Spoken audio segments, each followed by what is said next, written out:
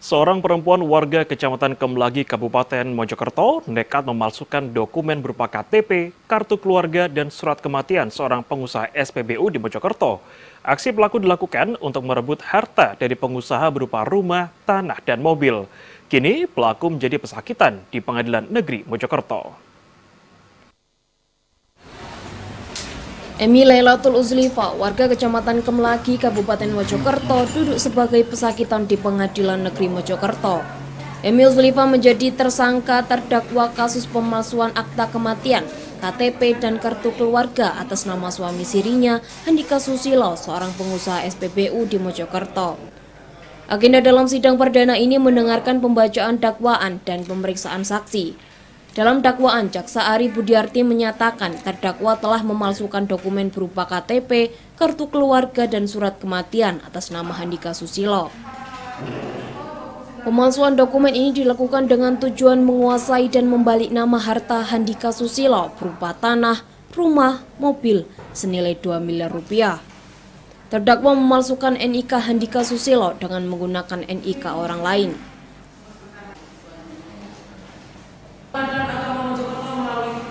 Kuasa hukumnya saudara Julfan dengan menggunakan diantaranya KTP milik saudara Handika Susilo yang dalam KTP tersebut terdapat tik yang berasal dari KTP palsu yang menggunakan nik milik saudara Muhammad Robiadi almarhum.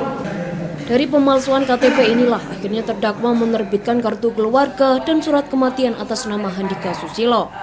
Diduga pemalsuan dokumen ini juga melibatkan oknum perangkat desa Mojojajar Kecamatan Kemlagi, Pengadilan Agama, dan kantor Dispenduk Capil Kabupaten Mojokerto. Sementara itu, kuasa hukum keluarga almarhum Handika Susilo, Eko Arif Muji Antoni, mengatakan akibat kasus ini, pihak keluarga almarhum Handika Susilo mengaku rugi secara material dan moral.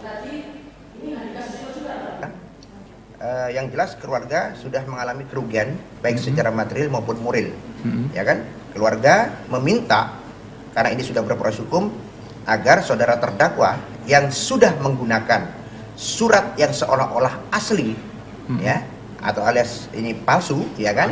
Agar dihukum dengan hukuman maksimal sesuai dengan ketentuan hukum yang berlaku. Kerugian ini seperti apa? Yang pertama, kerugian dari keluarga munculnya ada ahli waris lain. Ya, ahli waris lain yang dalam hal ini terdakwa yang mengaku seolah-olah dia menjadi istri dari Handika Susilo. Keluarga meminta terdakwa dihukum setimpal karena telah mengaku sebagai istri sah Handika Susilo sehingga merugikan pihak keluarga. Dari Kabupaten Mojokerto, Solahuddin, iNews melaporkan.